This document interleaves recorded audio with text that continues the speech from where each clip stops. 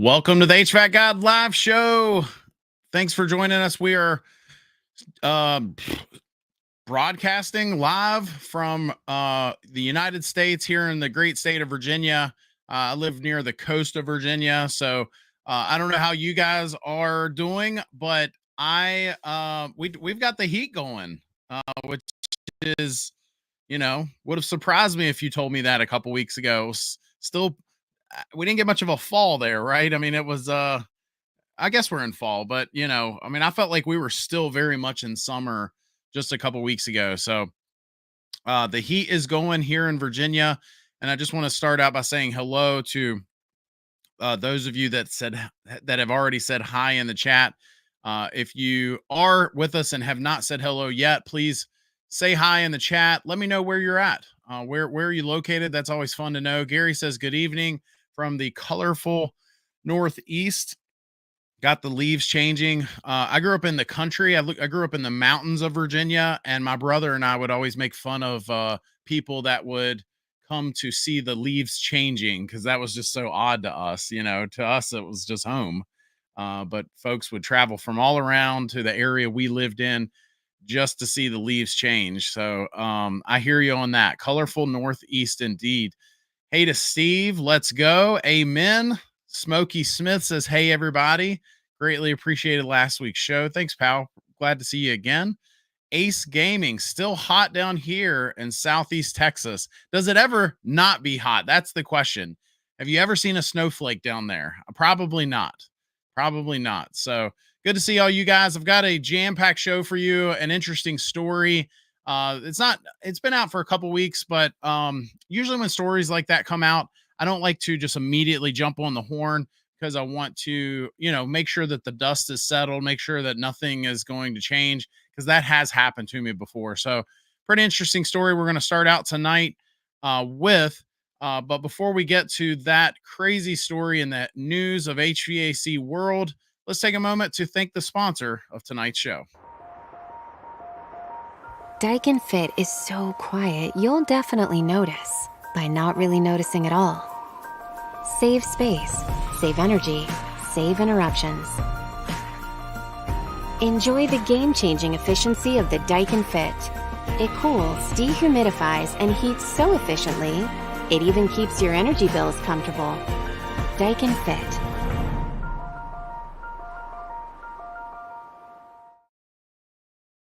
All right. So looks like the chat is warming up here as we get closer to winter time. Smokey says, regarding heat pumps and supply air temperatures, anybody have any suggestions for slowing down the indoor fan speed to get to 115-ish degrees? That's part of it, right? Part of trying to get the heat rise. A lot of ECM motors, even the ones that are constant torque, will usually have a different fan speed for the winter time.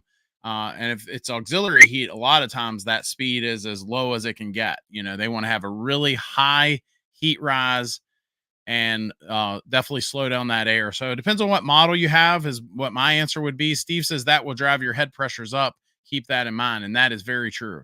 Very true. So, the higher the temperatures, the higher your head pressure, so it's almost like setting balance point on a dual fuel system.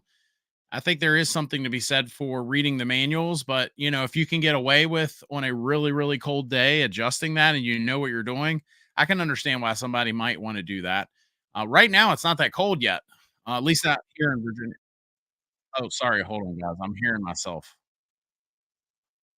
Hold on here. I can't concentrate if I'm gonna hear myself here. Okay, there we go. So anyway, Smokey says my existing Rude unit is about 23 years old and would like to get another year out of it. Well, don't we all? Don't we all? um, that was always for customers of mine. They would always say, "Let's just get another year out of it." I'd say, "Well, you said that last year." So good enough. Good enough. Well, I hope you do get another year out of it, especially with all the changes we're seeing in our industry.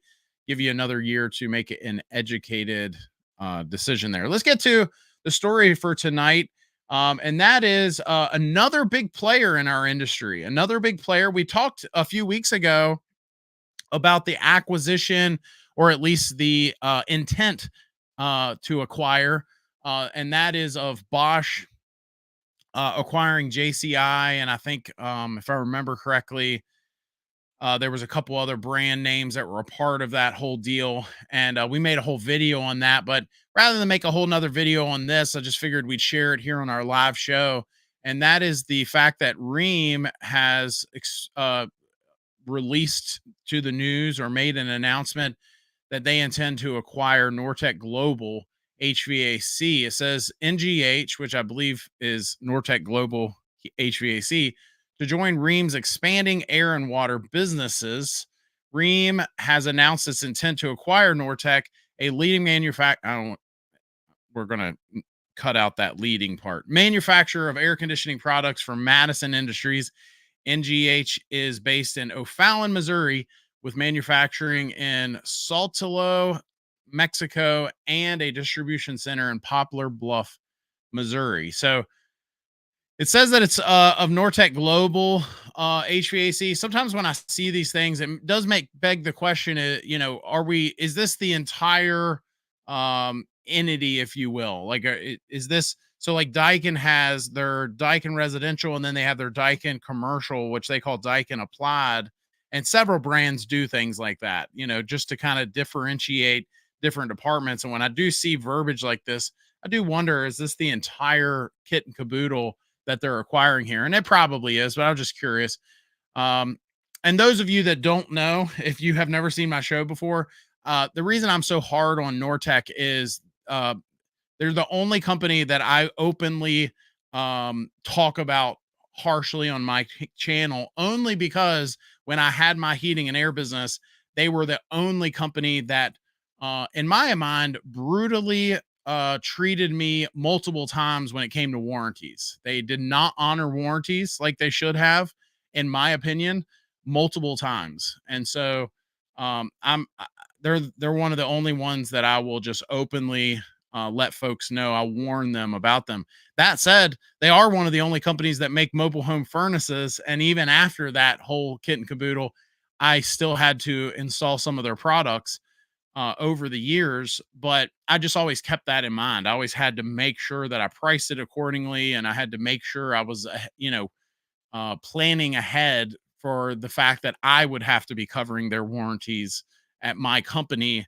But anyway, that's neither here nor there. That's why I do openly, cut out words like leading manufacturer. Nortek Global HVAC has a history of delivering market. Yeah, we're going to skip over that. That's a bunch of baloney. I'm sure it'll change with Rheem's acquisition of them, but we're not going to sit here and pretend that, they were so amazing. NGH's brand lines include Frigidaire, Maytag, Miller, Barone, Gibson, Intertherm, Partner's Choice, and other private labels. Blah, blah, blah. So yeah, I mean, I think at the end of the day, we're seeing this a lot, right? We're seeing different brands acquire, make large acquisitions. If nothing else, acquiring the names of those companies, whether they adopt the same products or strategies. And I think the thing for me, going back to the mobile home furnaces, there are some unique products that I shouldn't say only, but they're one of the only companies that offers some of those products. In fact, they actually say right here in this quote, from developing the first oil heater and sealed combustion furnace for manufactured housing to introducing an online ordering system when most people still thought fax machines were a pretty novel invention. So they touch on manufactured housing and such. And so it'll be interesting to see how that all shakes out and what changes on that front. I mean, I think we can probably all agree that there will be changes coming anyway with these new refrigerants, the codes that are kicking in, and the fact that these new refrigerants require sensors to send that system into mitigation mode if there is a leak. And so that does change some of these systems, like mobile home furnaces with uncased coils on top. But here's another, let's see, is this the same verbiage just on a different website? or do we have any new information? Looks like a little bit new information, but pretty much I know the first couple paragraphs there look almost identical to the other article, but it does go through more of the portfolio names that we see. Rheem's, all the brands that they make or at least are affiliated with, and then we also touched on the brands that Nortek.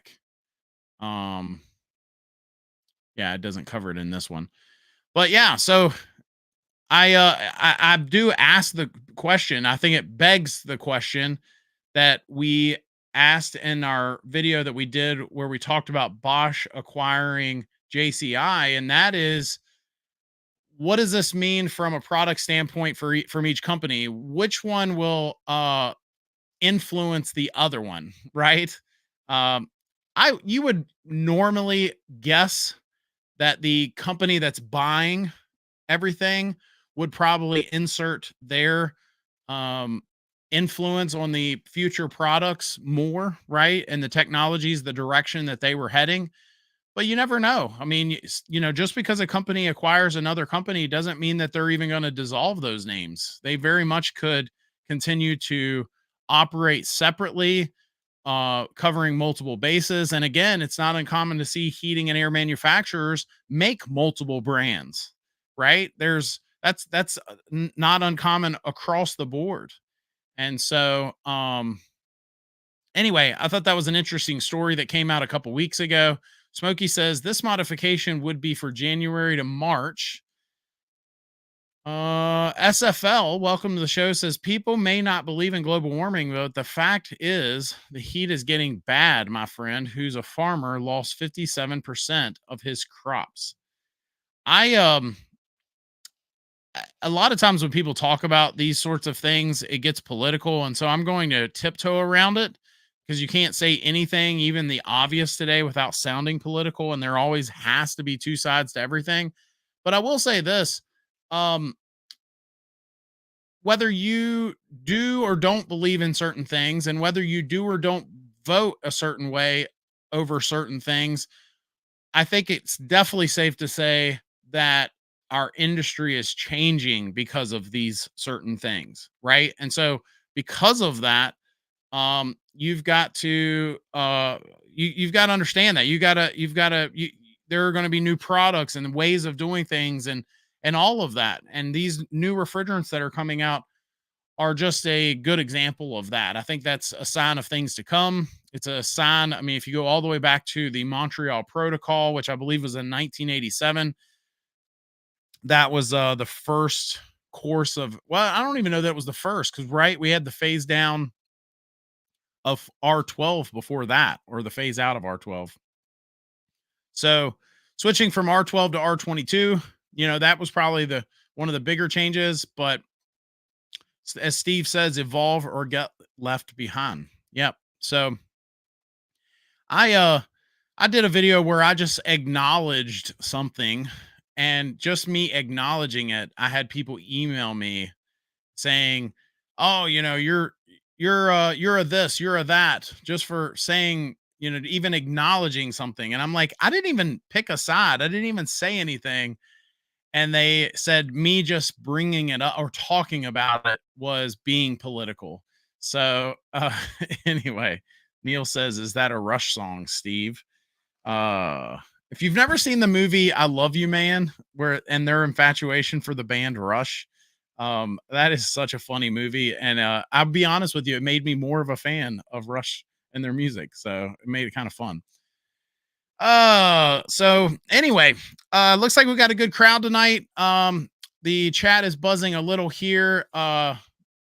If you've got any heating and air questions, feel free to drop them in the chat. In the meantime, I do got plenty to go over with you guys tonight. I'm hoping maybe, just maybe, we can get, I did make a few changes behind the scenes, hoping that we can get this system, or my computer that is, to do what I want it to do. Let me see if I can get one of our crazy clips to play here. Bear with me. This is actually one of my favorite segments that we do, the crazy clips, because some of them are so crazy. But the question is it going to play? That's the real question here. And so far the answer is no. So we'll probably come back to that right there.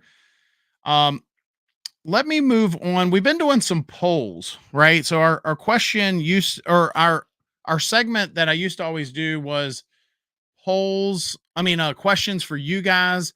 And then in addition to that, we started doing polls on our channel.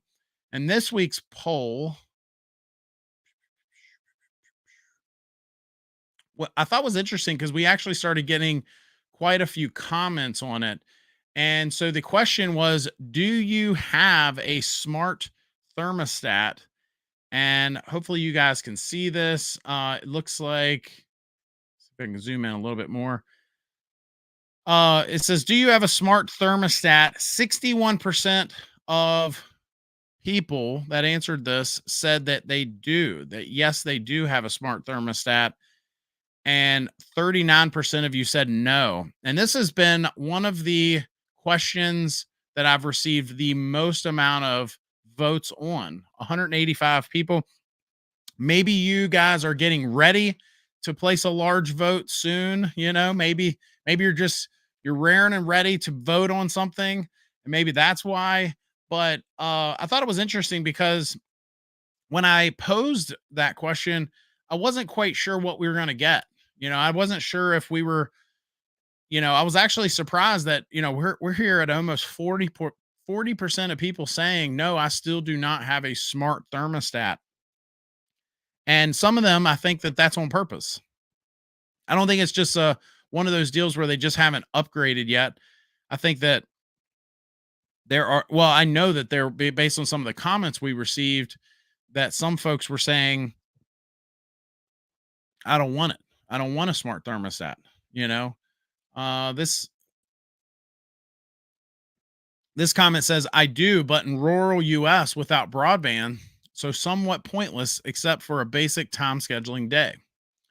That's true. You're not going to be able to do certain features that a number of the thermostats offer. Geofencing's out the window. Um, you know, basing the operation of your system on outside temperature, if it gets that with the internet, is another one. This fella says, I refuse to connect it to the smart grid run by the Church of Climatology. I don't care how many donuts they'll give me. Ethan says, I don't have a smart thermostat, but I do have a programmable thermostat, but I don't use the programming on mine. So it works like a standard up and down thermostat. And Free Dog says, mine is pretty stupid. We're going to give that one a little heart. In fact, we'll give all of these a little heart there. That's pretty funny. So what are your thoughts? Do you have a smart thermostat? Why not? If you don't, I think that, again, I went into that question thinking I was going to receive votes on one versus the other, just finding out that it was almost half of each, and folks purposely staying where they are, I thought was interesting. Neil says, it's a paraphrase. I can't remember the exact lyric. Gary says, I think I am seeing a change in your lighting and it looks brighter and really highlights your face. Winky face. Thank you. I'm actually using a different camera. I did a class a couple weeks ago and left all my cords in the classroom, and I've not been to that classroom. I'm actually going back tomorrow. So one of you noted that you liked this better, that my setup with this camera a little better. So let me know your thoughts. Do you like this better? Does it highlight my face better? I think it's funny. Let's see. Close enough. Smokey says, my issue with replacement refrigerants for cars and trucks from R12 to 134A and now probably 1234 YF are neither as good as the original R12 with supply air temps. That's very true. The heat transfer on a lot of the older refrigerants were definitely better. R22 was better than a lot of the residential performance, the performance that we're seeing in a lot of the residential refrigerants out there right now. So I had a love affair with R22. It was good stuff, and man, she blew cool. T87. Steve says old reliable T87. Let's pull this up. So T87 thermostat. Oh, yeah, I see what you guys are talking about now. Old trusty. Old trusty, the old round dial. Um, yep, the ones that you better make sure that they're level, right? Because that bolt that mercury bouncing back and forth in there, you could really have a time in there. By the time I got in this trade, these were still around quite a bit, but digital thermostats were still, that most new systems that were being installed were still getting at least a Honeywell 3000. And I've been in this trade for over 20 years now. So that tells you how long it's been since mechanical thermostats were predominant. Because by then, digital thermostats were already dominating the market. So let's see. Larry says, I never program my thermostat. I still like to adjust temperatures myself. Like that control. He's a control freak. Larry, actually almost messaged you day before yesterday or yesterday. So I might be messaging you soon. Just to go ahead and put you on alert. Smokey says, love my simple Honeywell programmable stat, which is connected to my home's internet for viewing on my phone when away from home is awesome, which is all I'll ever need. I have to admit, I like technology. When I get my hands on a new thermostat, my wife makes fun of me because we've probably had at least a dozen different thermostats installed in our home at any given time. Whenever, especially if a new thermostat came out and I was wanting to possibly sell it at our company, I wanted to use it. I wanted to test it, see what my thoughts are on it. In fact, I think that's what everyone should do. It's kind of hard not to. It's kind of hard to talk about something if you've never actually used it, right? But that's a good point. Let's see. Is this thing going to work? It is working. Okay. Let me see if I can switch you guys to this screen. Is this going to work?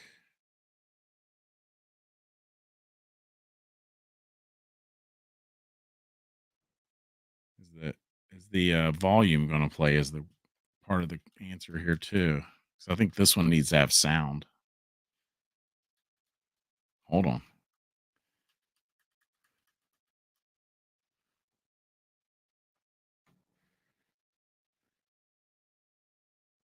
Well,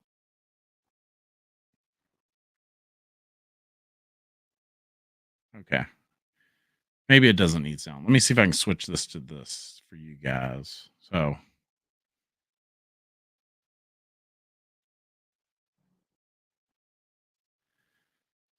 okay. Let me know if you guys can hear anything. I actually don't hear anything on my end. But maybe there's just no sound and that's why. But is this thing going to play or not? As soon as I make it full screen, then it stops playing. It was just playing. Story of my life. Try the old reload.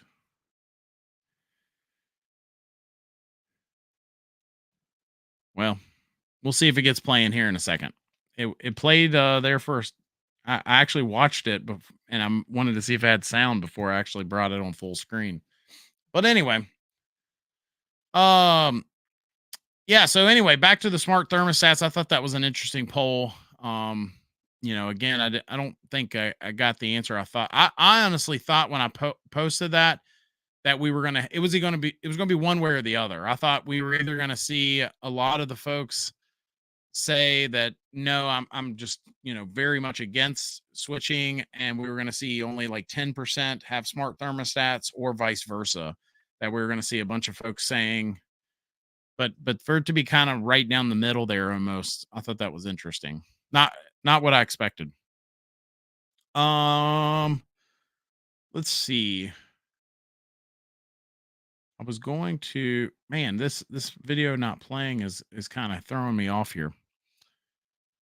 Um, I was in a webinar today. Daikin went over their timeline of their ductless equipment coming out with the R32 refrigerant, and I thought it was interesting because of some of the new products that they've got coming out, and I think I can talk about at least some of those. So again, I don't want to step on. I can tell you this, that they've got some really cool stuff coming, that there aren't going to be too many products that other people offer that they don't offer. So maybe that is okay to say. um so again, I don't want to get in trouble and say things that I shouldn't, but they got some really cool stuff all that they're coming up with. And the other thing that I'll say that I think I'm okay in saying is, actually, let me see if it's actually launched on their website, because that would be really cool to see if that's out, because they have a new look on one of their products. I think I'm okay in saying that even if it's not out. Um let me see if I can get it to bear with me.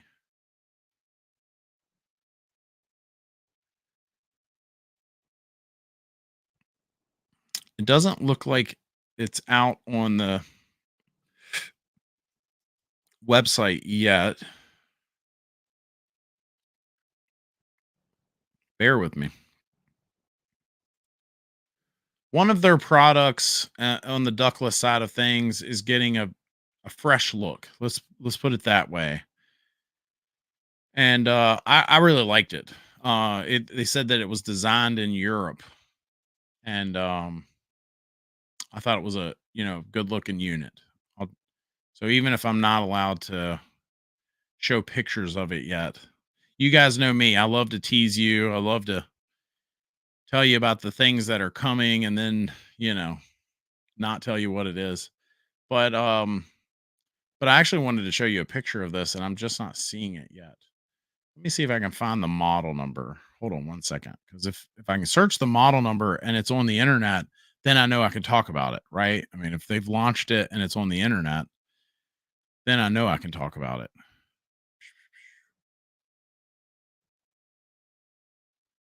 Okay.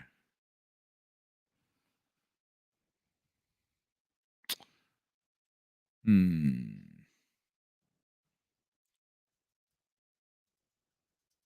Bear with me.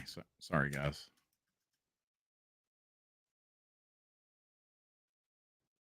Yeah, I'm not seeing it. So unless, is this one?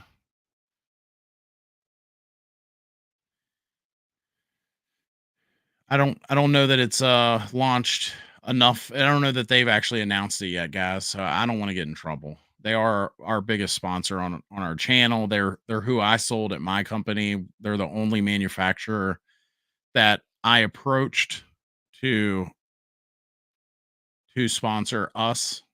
Um and so I just don't want to get in trouble. But I can just tell you that it's nice. It's a fresh look, and I can't wait for you to see it.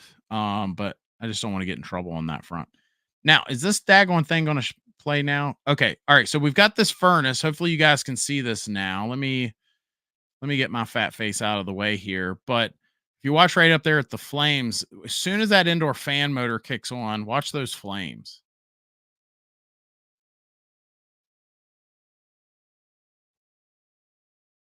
And again, I'm not hearing anything. Maybe you guys are. Let me know if you're hearing the operation of that system, but I'm not hearing anything.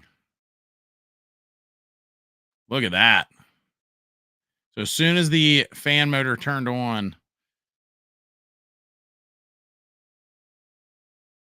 And so I don't think it blows it out. I think that those flames would have kept on going. I think the rollout switch got too hot and it kills the system.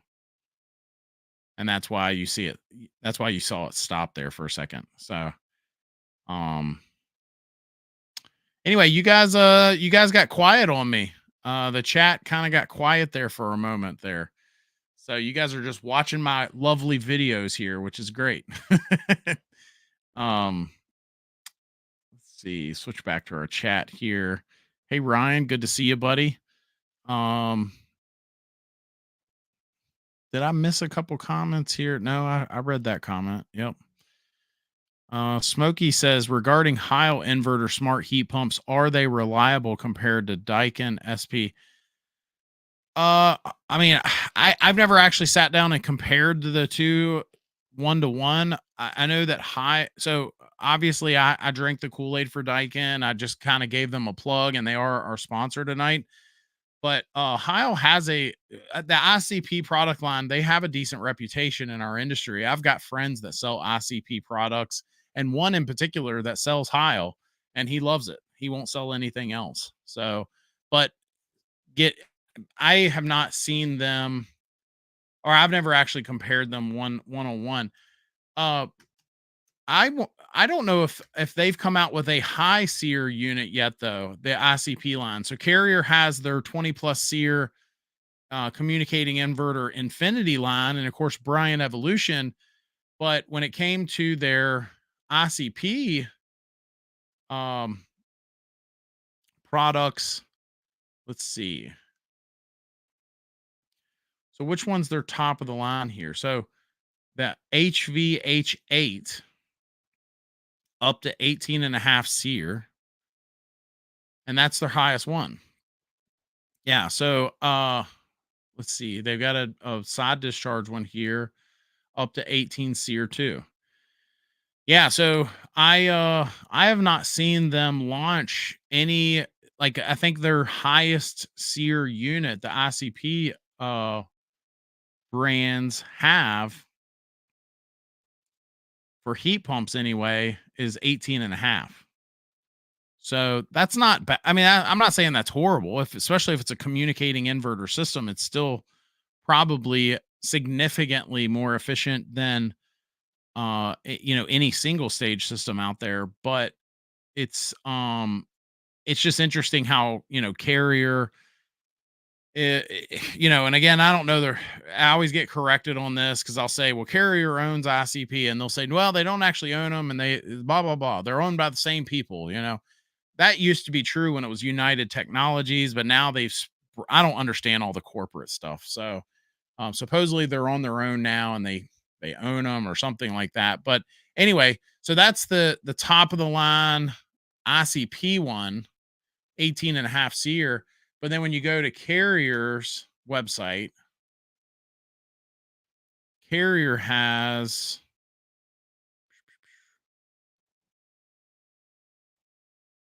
let's see, I got to go to homes, residential. Heat pumps. And so they're top of the line. They've got that unit they call the Green Speed heat pump, 25 VNA4. So is that up to 25 SEER? What do I got to do? Click on it.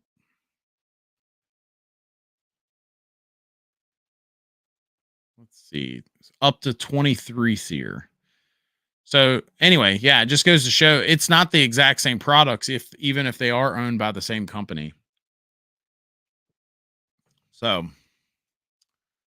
which I think is interesting. They've got their way of doing things. What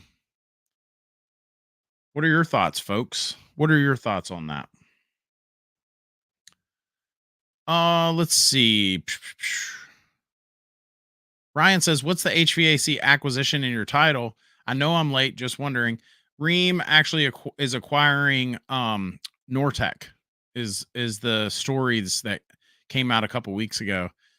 ICP brands have high SEER inverter units. Also, Jordan Penn says, my Daikin mini split is working fine, just waiting for a cold winter to put it to the test last winter was very mild. Um, which model do you have, Jordan Penn? Do you have the Aurora or one of the low ambient temperature ones, or do you have just the like an Otera or Intra? Just out of curiosity. Ryan says, "How does EER2 relate to SEER2? I heard EER ratings mean more in very hot climates." I've heard this spiel, and in fact, I've watched a couple videos on this. But it says EER and SEER are both ratings that measure how efficiently an air conditioning uses energy. EER measures the efficiency of an air conditioner at a specific temperature and humidity level.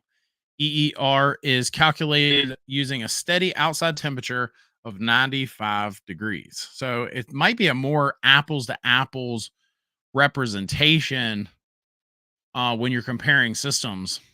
SEER is a good choice for overall energy efficiency. EER a better choice if you live in a hot and dry climate where the system will be operating at high temperatures for extended periods of time. EER is constant across all areas, so it can be used to compare cooling systems in all regions. So there's your answer to that, my friend. And I've heard that too, that depending on where you're located in the country, it makes more sense for you to pay closer attention to the EER versus the SEER rating. So that answers that, my friend. Let's see. Man, you guys are so quiet tonight. So quiet. So I'm going to go to maybe to get you guys cooking, get you guys chatting and jumping in. Let's go to tonight's question for you.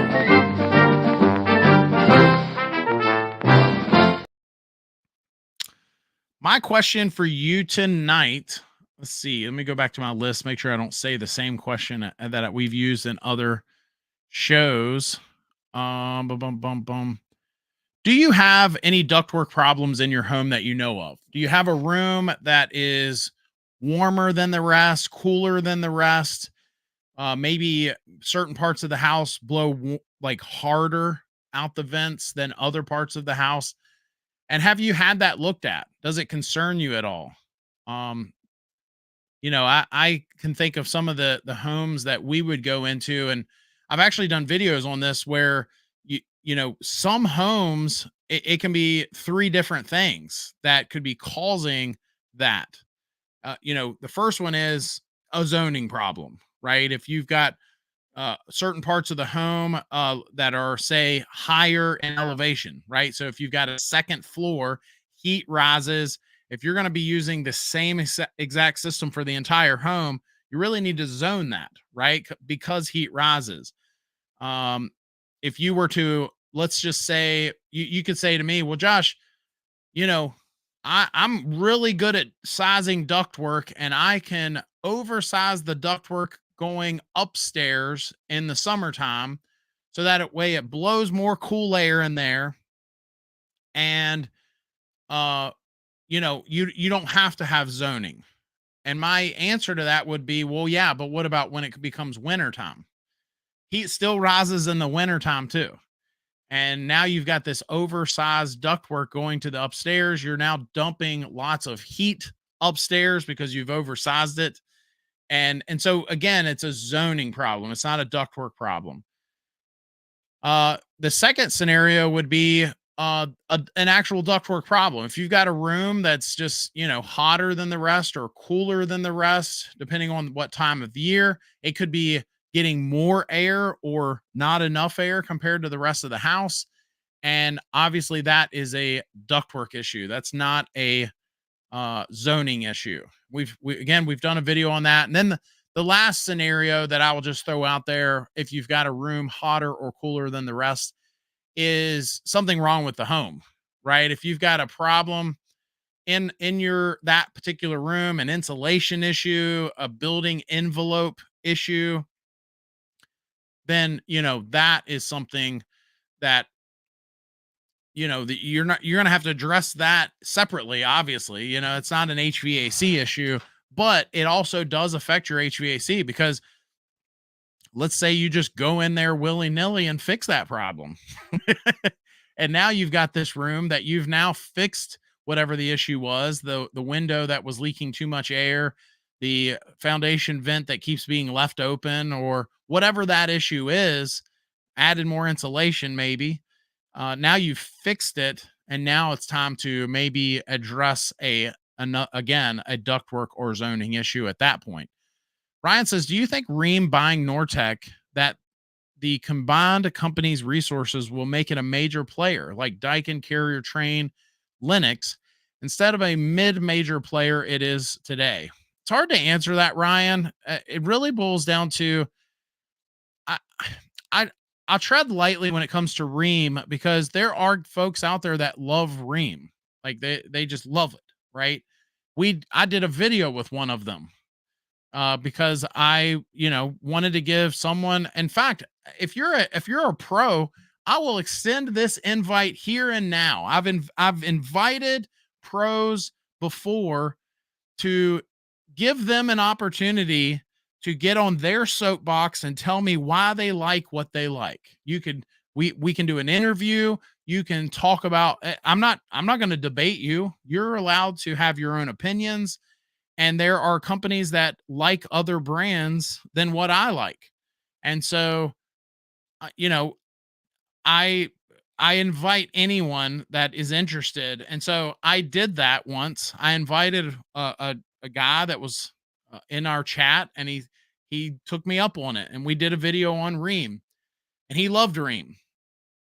But I think most folks would agree in our industry that, if we were to pick a big three for as far as a premium quality product, if we're talking warranty coverage, parts availability. Oh, look at that. I got the little thing popping up over there.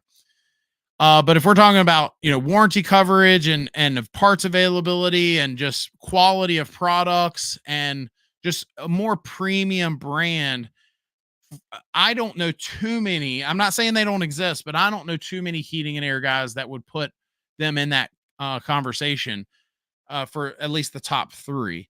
Now, I'm not saying they're not a big player though. I mean, they do some business in our industry. And so I'm not saying they're not a big player, but would acquiring Nortek cause them to automatically be one of the big players? And you guys know how I feel about Nortek. Ryan, I went on a rant at the beginning of the show when it came to Nortek. If I live in cold climate country, Canada, should I pay more attention to HSPF specs or the SEER spec? I'm going to give you one better on that, Bill. I would look at COP. If heating is your biggest concern, HSPF is good, but I would look at COP. That's your big one. That's your number. In fact, I think we could get to a point where we only talk about COP when it comes to heating systems, especially if we start to move in a direction in our country like Europe, using technologies like air to water technology. COP is a big rating when it comes to that. So Ryan says, I had a ductwork issue with a room that could not reach temperature due to it being so far from the unit, 70 feet plus away. Single zone. So one side of the house heats quickly. Why that room heated slowly? Wow, that room heated slowly. Okay. I had a ductwork issue with a room that could not reach temperature due to. Interesting. Yeah, that's something you got to account for, I think. When you're doing your duct layout, distance adds to the issues of ductwork, right? That's it's just a part of the animal, part of the beast, and you got to understand that when you're doing the rest of your ductwork layout. If you've got a room that's right beside the HVAC unit, and you've got one that's going to be 50 to 70 feet away from that unit, maybe, just maybe, they don't get the exact same size duct run to that room just based on square footage. Maybe you need to size accordingly to get a little more oomph pushed to those further away rooms. I've actually helped people on our website, New HVAC Guide, and one of the things I'll tell them sometimes is go ahead and close some of those other vents, especially the ones that are close to that unit.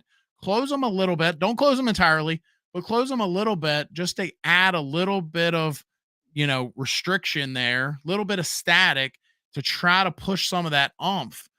And that'll tell you a story. It'll tell you if it does fix the problem, that tells you something. And if it doesn't fix the problem, that tells you something, you know? Smokey says, after 40 years, my options for making improvements to the ductwork is not just doable, just going to live with it for another 10 years or so. LOL. uh, you sound like a lot of homeowners. Brian says, bought a mini split instead of moving the unit, or the other choice was to change the ductwork for it to possibly work better. That's the other thing with some of these repairs that I don't think we talk about enough, right? Because when a heating and air company comes in and they say, oh, I think that this will fix your problem, and it's going to cost you this much money. It's going to cost you $5,000, $10,000. And you're like, if I pay you $5,000, I better be getting some sort of guarantee it's going to fix my problem, right? I need a guarantee that this is going to fix my issue. If that my ducts are leaking and you putting in new sealed, brand new ductwork is going to fix that issue. I need some sort of guarantee here.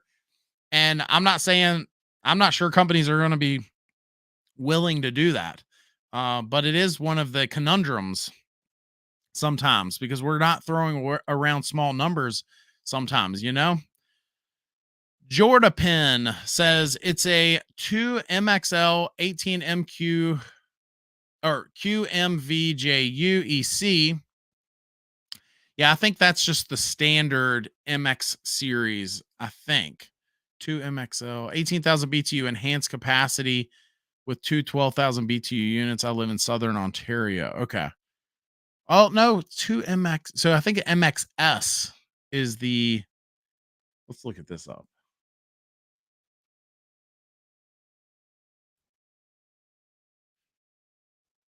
Two MXL.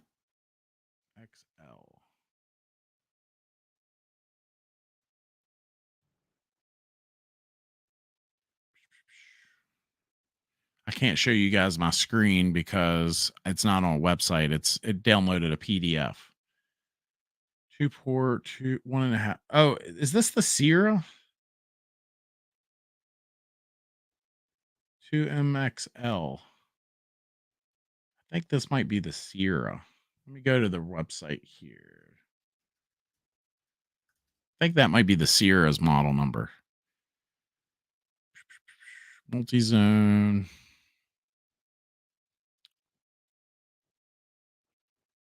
And if it is, no, that says 2MX18. So I don't know. You're hitting me with model numbers. I'm on a live show here. So, but you said it's got the enhanced capacity for heating, so it should do well. I mean, I'm just not familiar with that model number right this second. Is that, let's see, is that comparable to the Aurora? Let's see, multi-zone, Aurora. Bear with me, guys. Oh, yeah. So that's the Aurora. Yeah. You're good. Yeah, you should be good. The Aurora is their low ambient temperature. In fact, I've got a video coming up where we actually compare that unit. I think it's the Aurora. They've got it sitting in a room that is 17 degrees Fahrenheit, and it's got a 50-degree heat rise on that unit. I mean, that's like a gas furnace, 50-degree heat rise, which is impressive, right? But yeah, keep us updated, you know? I mean, you haven't really gotten to put it to the test, right? So keep us updated. Yes, just that's why I was saying the company's combined resources. I would assume that they would invest in R&D and come up with new products to compete with other major players. Absolutely. I mean, that's part of the game, right? I was just simply picking on them because of who they acquired. The indoor units are floor units. Nice. Yeah, that's awesome, man. Why can't we have a multi-head mini split standard in the US? Can you expand on that, Philip? What do you mean by standard? Multi-head mini split standard. Or do you mean make them standard in the US? Like make them like what we I actually literally just recorded a video on that exact topic this morning. I think the video is going to be called six. Keep an eye out for that video. 6 reasons mini splits have a bad reputation, I think is what that video is going to be called. I just literally recorded it this morning. Smokey says, my Rheem Rude heat pump unit is now 23 years old. And the only issue for me is the intermittent fan auto fan on operation. Interesting. No one said it would be 100% fix. Mini split was the guarantee. Exactly. It's a really good point. I don't blame you on that. You know, instead of throwing a bunch of money at the ductwork and not sure if it's going to work, you attack it like it is a zoning problem, even though it probably was more of a ductwork problem. And you know, I think you made the right move, obviously. Meaning when the fan setting to constant on and sometimes is off, but the fan will cycle on a compressor operation. Interesting. Interesting. That would probably bother me too. Richard, welcome to the show. Do you think I should wait until next year to replace my 5-ton R22 unit or do it now with 410A? Do you think the prices would go up a lot with A2L units / refrigerant? Well, it's a loaded question. I mean, one thing's for sure. If you do put a 410A system in, 410A is being phased down. And so will that affect the price of 410A in the future if you were to have a problem? I would think the answer is yes. You know, so I think that's one thing just immediately I would point out. But secondly, the equipment, when it first started coming out, there was a lot of scare tactics by a lot of shady contractors and maybe ignorant contractors too, telling homeowners. In fact, some of you commented on our channel saying some of these contractors were saying that prices were going to jump 30, 40, 50% for equipment if you don't buy a system now, right? And that's what they were telling folks. And we are seeing a price hike with these new refrigerants with the equipment itself. But I don't think we're seeing 50%. I don't even know that we've seen 30%. I think we've seen, you know, somewhere between, I don't know, 3 and 10% increases. And that's simply, you know, mostly because of the, you know, number one, inflation these days. I did a video on this, but also the other thing is these new systems do have hardware that the old systems just don't have. They have mitigation sensors in there and in some cases other hardware because of that. So, honestly, Richard, if my answer to you is get as much life out of that R22 system as you can, if it's running efficiently, if it's heating and cooling your home okay. If it's not, then maybe that would play a role in my decision. But if it's working okay, you know, that would if you were my own family, that would maybe be the route I would go, you know, especially with some of the ratings that we're seeing coming out with some of these systems. I mean, I was looking at today at some of the ratings on the R32 stuff, and you know, it's just it's good stuff. You know, I wish we would have made this change originally, and I think a lot of other people are starting to feel that way too. That, you know, when we were phasing out R22, just switching to R32, right? But that doesn't make people rich. So they've got to figure out, I don't know. At least that's what a lot of other heating and air guys will say. I don't know if it's true or not, but that's what they say. Bill says, people smash that like button. I'd also like to say that I agree with what Bill is saying right there. Thanks, Bill. I appreciate that. Smokey says the ductless mini splits do have crazy temperature deltas. Some of them are. It's very interesting, that these little units can do what they can do. Hopefully we see that technology just continue to get better. Jordan says the best winter performance so far was 12 degrees Celsius while keeping the house at 22 degrees Celsius last February. That sounds good. I don't know what that means from I'm a Fahrenheit guy, Let's see. What is negative 12 Celsius to Fahrenheit?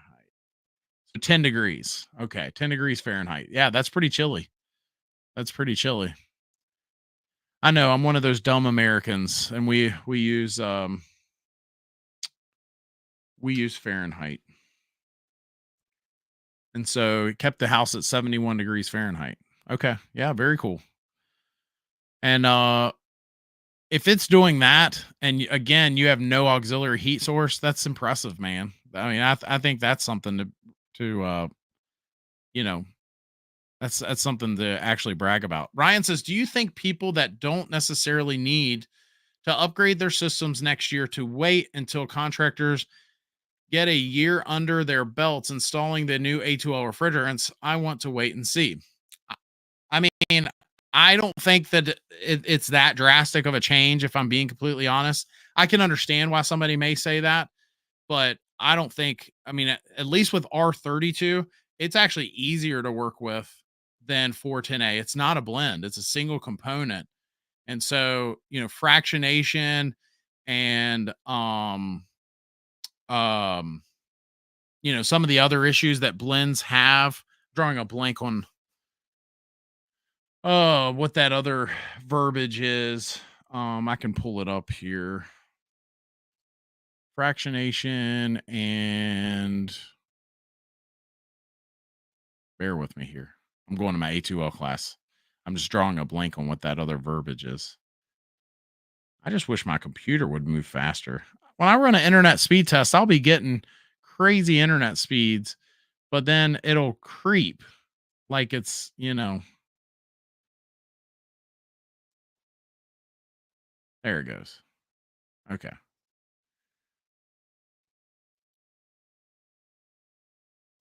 Glide.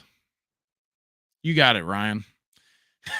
You don't have to worry about Glide with a single component refrigerant either. So very much so, very much so. And we are running right up into 9:30 here. I've seen A2L units have lower ratings, it seems. Looked at Goodman and Payne, and the equivalent seemed to be 0.5 lower SEER2 ratings. What unit companies did you see with higher ratings? Well, I will actually prepare some and show you. I don't have any at my fingertips right this second, but maybe next week I'll get some put together and show you what I'm talking about. Um, I know the class that I was in today, the same exact mini split, just going from 410A to R32, the COP ratings were significantly higher. So I can't speak for SEER, but I haven't seen any go down. So that's interesting if that's what you're seeing. Maybe it wasn't the equivalent, or I don't know, but you should not be seeing a decrease. It should be equivalent or pretty close, or actually an increase when comparing apples to apples. And that's true for both of the new refrigerants. Smokey says, I have no confidence in the regulatory commission and their edicts when we've seen their replacement plans that are again outdated. Yeah, you're not the only one, buddy. I think there's a lot of folks that feel that way. And I think it's just the world we live in these days, unfortunately. I don't know what to say to that. Let's do this though. I mean, it looks like we've still got a really good crowd that's still here with us. And first of all, I just want to say thank you for all the support we've been receiving. I do have some really cool videos coming, so keep an eye on our YouTube channel. If you're not subscribed, subscribe, hit that bell, hit that like button on this video. All those things help our algorithm out. It tells YouTube that, that there's some value in what we're providing. And I do appreciate that personally and genuinely. That said, we know there's some bad apples in our industry. There's some folks that make us all look bad. And so as we wrap up our show tonight, do me a favor. If you know a good apple, if you know a good HVAC, electrical, or plumbing company, drop their name and where they're located in the chat. You'll do a couple things. Number one, you're going to show them a little bit of love, but you also may show them a little more than love. You may actually, you never know, somebody in your area may see your message and you may actually send them some business. And that's the goal here, to take care of the good apples, right?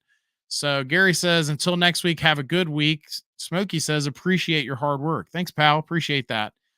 So yeah, drop those good companies and we will highlight them. We'll pop up on our screen here. Ryan says, oh, COP, that's different. I didn't look at that. Next week, we can pull up a few manufacturers' websites and compare. Absolutely. Let's see. Richard says, do you think that non-licensed people to buy A2L refrigerants for use by trained professionals only?